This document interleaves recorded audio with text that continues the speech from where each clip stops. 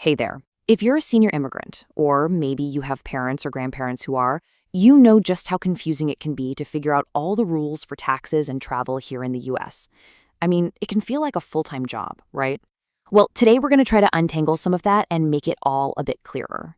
I'm sure you've seen headlines just like these, popping up on your phone, maybe in a family group chat. They're designed to be alarming, right?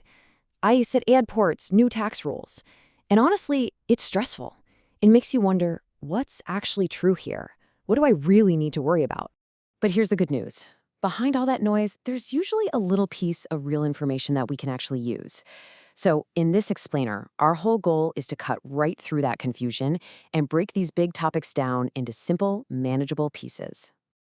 Okay, so here's our game plan. We'll start by talking about those crazy headlines. Then we're going to zoom in on taxes for seniors and give you a simple checklist to get ready. After that, we'll do the exact same thing for airport rules with a list of essentials for your next trip.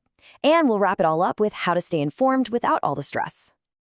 All right, let's jump into our first big topic, taxes. Yeah, there's a ton of news out there about the IRS, deductions, and all sorts of warnings, especially aimed at seniors. Our job right now is to figure out what any of it really means for you. So this is a great example of how we can completely flip the script. Instead of freaking out over a scary headline about owing a ton of money, we can just reframe it, turn it into a calm, practical question. This helps us focus on finding answers that are actually useful instead of just sitting there worrying. So you might see a big number like this one, $6,000, splashed across a headline about some new tax deduction. And look, a lot of the time that number is just clickbait, but it's usually based on a little grain of truth. It's probably talking about the extra standard deductions you can get if you're over 65. Now, for 2024, that extra amount is actually $1,950 if you're single or $1,550 each if you're married. So the main point is, even though the headline is over the top, there's a real detail in there about a potential tax break that's worth asking a pro about. And when we talk about stuff like that, we're usually talking about deductions. So what even is that? It's really simple. A tax deduction is just an amount the government says, okay, you can subtract this from your income, which means your final tax bill is lower. It's one of the key ways you can save money. Okay, so how does this all translate into actual steps you can take? Let's get practical. You know, just knowing what paperwork to get together is seriously half the battle when it comes to filing your taxes right and making sure you get every single deduction you're entitled to. Okay, so here's a super simple checklist to get you started. First things first, get your proof of age and your immigration status documents together. Next, you'll need all your income statements, and I mean all of them, from the US and any from back home. Third, and this is a big one, have records for any foreign bank accounts. Fourth, if you're a homeowner, grab that paperwork. And last, but honestly, this is the most important one, talk to a tax professional, someone who actually gets the specific rules for immigrants. All right, let's switch gears and talk about our second big topic, travel. Airports can be so stressful, right? And all the news about changing rules for green card holders or new things for seniors, it just piles on the anxiety. So let's clear that up. And look, we can use the same trick we used for taxes.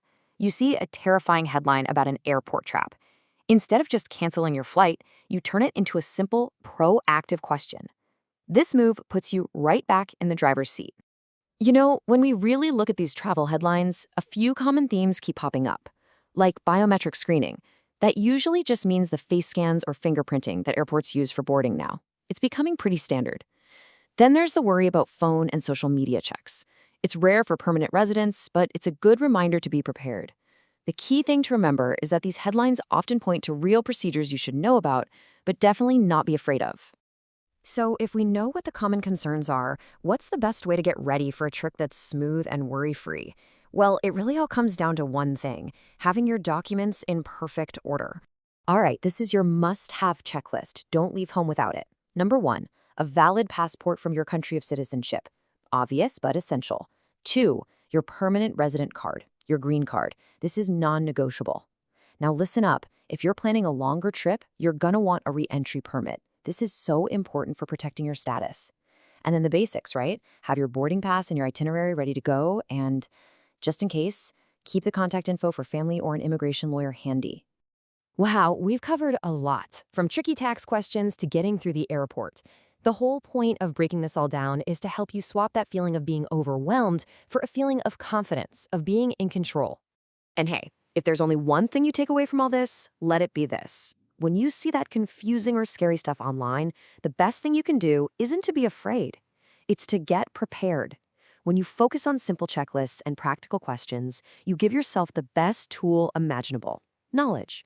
So, I want to leave you with one final question to really think about. With all the crazy headlines and viral videos flying around, who is your most trusted official source for information? Figuring that out, whether it's the actual IRS or USCIS websites or a tax advisor you really trust, that is the single most powerful thing you can do. Thanks so much for joining me.